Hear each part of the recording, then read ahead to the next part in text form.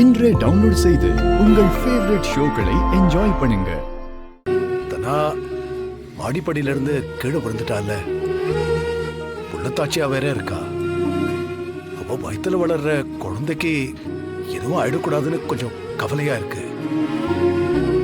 குழந்தை நல்லபடியா பிறக்கணும்னு வேண்டிக்கதான் கோயிலுக்கு வந்தேன். உனக்கு ஞாபகம் இருக்கா?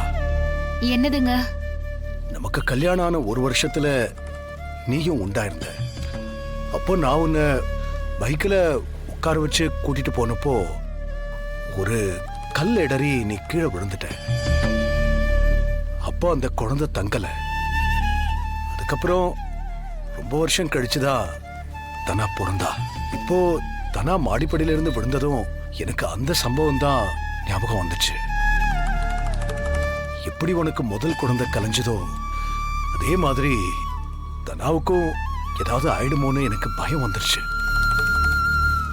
அதான் சாமி கிட்ட வேண்டுதல் வச்சுட்டு போலாங்கிறதுக்காக வந்தேன்.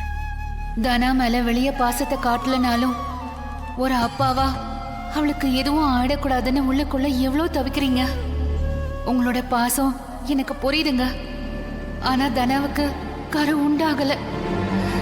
இதை எப்படி உங்ககிட்ட சொல்ல போறோம்னு தெரியலையே.